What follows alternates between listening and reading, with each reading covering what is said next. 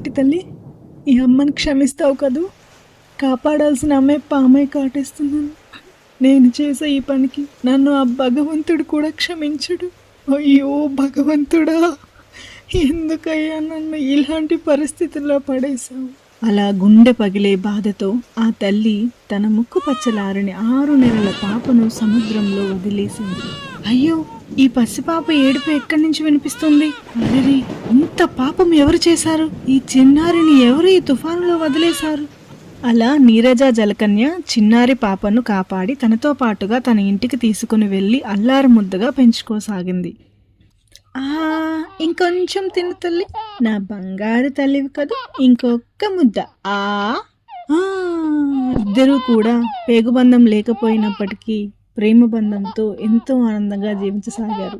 రోజులు గడవసాగాయి. నీరజ జలకన్య ఆ పాపకు సోఫియా అని పేరు పెట్టుకుంది. తనకున్న మాయాశక్తులను ఉపయోగించి సోఫియాకు ఒక మాయా జలకన్య డ్రెస్ను తయారు చేసింది. వావ్, ఈ డ్రెస్ చాలా బాగుంది అమ్మా. ఇప్పుడు నేను కూడా నా మిగతా మిత్రులతో కలిసి సముద్రంలో ప్రయాణం చేయొచ్చు, ఈత కొట్టచ్చు. హే భలే భలే, మా మంచి అమ్మ. సోఫియా తన మిగతా మిత్రులతో కలిసి సముద్రంలో ఈత కొడుతూ ఉండగా సోఫియా మిత్రులు సోఫియాను తను నిజమైన జలకన్య కాదు అని, తను ఒక మనిషికి పుట్టిన పాప అని ఏడిపించసాగారు. అమ్మా, ఇదంతా నిజమేనా? నాకు ఇప్పుడే చెప్పు. అవును తల్లి, నువ్వు నా కడుపున పుట్టలేదు. అయితే ఏంటి? నేను నిన్ను 6 నెలల పాపగా ఉన్నప్పటి నుంచి నా కళ్ళల్లో పెట్టుకుని పెంచుకుంటున్నాను. అంటే నా కన్న తల్లి నన్ను సముద్రంలో వదిలేసిందా అమ్మా? అలా అనకమ్మా.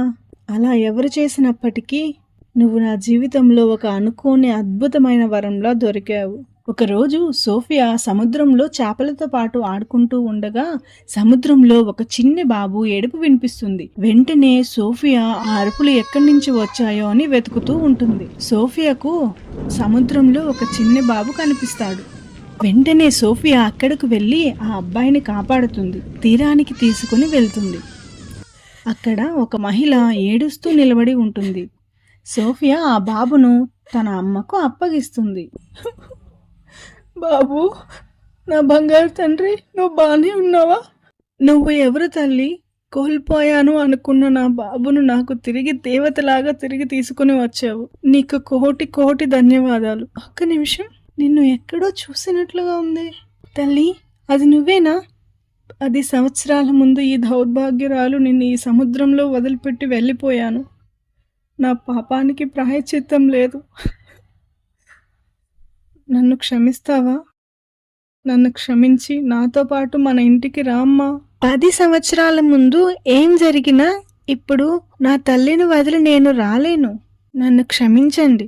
నా నీరజ తల్లికి నేనంటే ప్రాణం. నన్ను విడిచిపెట్టి తాను ఉండలేదు. నేను అంతే. దయచేసి నన్ను క్షమించండి అని చెప్పి సోఫియా నీరజ దగ్గరకు వెళ్ళిపోతుంది. ఇవన్నీ దూరంగా గమనిస్తున్న నీరజ, సోఫియా చిట్టి తల్లి, ఎన్ని సంవత్సరాల తరువాత నీ నిజమైన తల్లి వద్దకు వెళ్ళే అవకాశం నీకు వచ్చింది. వెళ్ళు తల్లి, అదే నీ నిజమైన ప్రపంచం. ఏంటమ్మా అంటే నువ్వు కూడా నన్ను వదిలించుకోవాలి అనుకుంటున్నావా? అప్పుడు ఇప్పుడు ఎప్పుడు నువ్వే నా ప్రపంచం అమ్మా. నిన్ను వదిలి నేను ఎక్కడికి వెళ్ళను. కన్న ప్రేమ చాలా గొప్పది, కానీ ఎటువంటి స్వార్థం లేకుండా తల్లి కన్నా ఎక్కువగా చూసుకున్న పెంచిన ప్రేమ కూడా చాలా గొప్పది.